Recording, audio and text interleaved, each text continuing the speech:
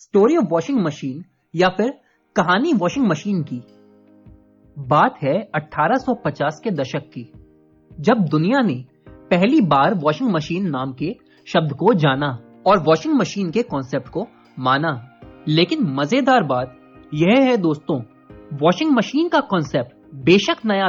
नया है और आने वाली अपग्रेडेड टेक्नोलॉजी या फिर आधुनिक तकनीक की वॉशिंग मशीन के साथ नया रहेगा,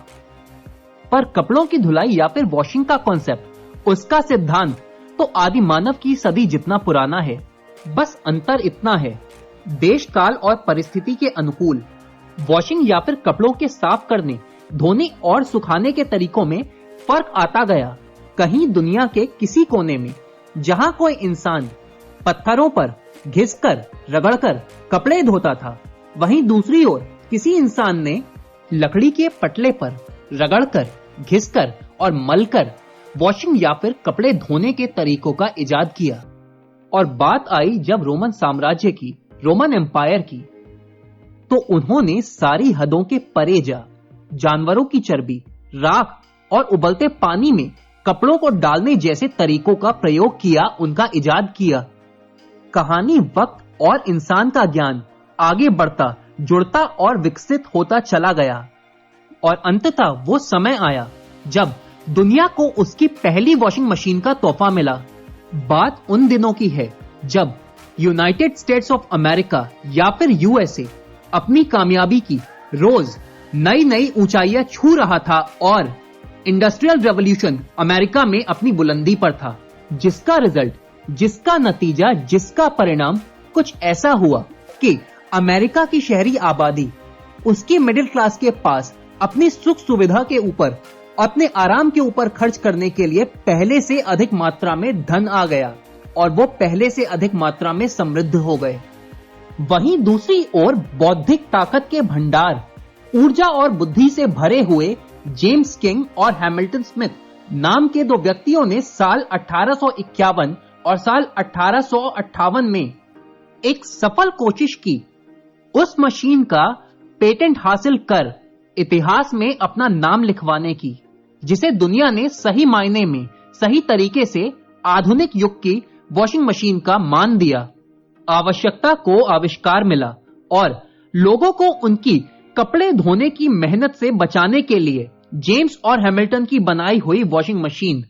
पर जैसा कि कहते हैं, दुनिया का सफल से सफल शोध हो, प्रयोग हो, उसमें कोई ना कोई कमी, कोई ना कोई त्रुटि रह ही जाती है। ठीक वैसे ही हमारे जेम्स और हैमिल्टन की बनाई वॉशिंग मशीन भी परफेक्ट नहीं थी और उनकी वॉशिंग मशीन की खामी थी कि कहने को तो वो एक लेबर सेविंग मशीन थी, मगर उसमें कपड़े धोने के लिए किसी न किसी व्यक्ति को, किसी न किसी इंसान को उसे अपने हाथों से चलाना पड़ता था। शेकर सोसाइटी नाम की एक ऑर्गेनाइजेशन, एक संस्था ने इस मुसीबत, इस प्रॉब्लम का सलूशन निकालने की कोशिश की, मगर अपने प्रयासों में बहुत सफल ना हो सके। बस यही वो टर्निंग पॉइंट था वॉशिंग मशीन की स्टोरी का, वॉशिंग मशीन की कहानी का, जब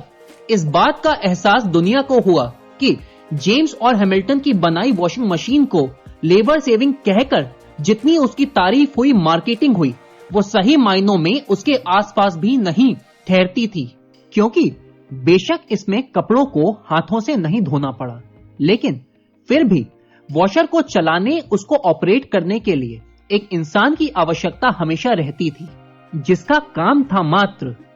उस वॉशिंग मशीन के ड्रम को हाथों से घुमाना।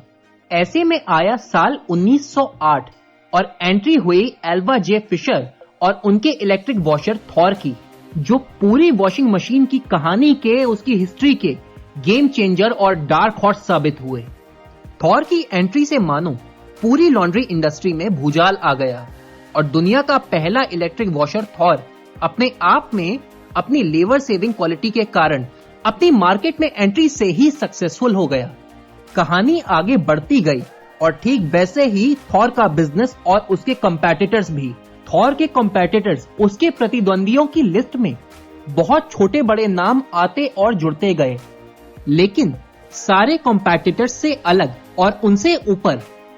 मेटैक कॉर्पोरेशन और अपटॉन ही ऐसे नाम साबित हुए जिन्होंने सही मायने में थॉर को एक अच्छा कंपटीशन, एक अच्छी टक्कर दी। लेकिन दुर्भाग्य से मेटैग की कामयाबी की उम्र बहुत छोटी थी और अपटॉन वर्ल्ड फेमस ब्रांड वर्लपूल के नाम से जाना जाने लगा। यह तो थी कहानी वॉशिंग मशीन के भूत, उसके अतीत, उसके पास्ट की। अगले पार्ट में हम जानेंगे वॉशिंग मशीन के प्रेजेंट, उसके वर्तमान और उसके कुछ फीचर्स के बारे में।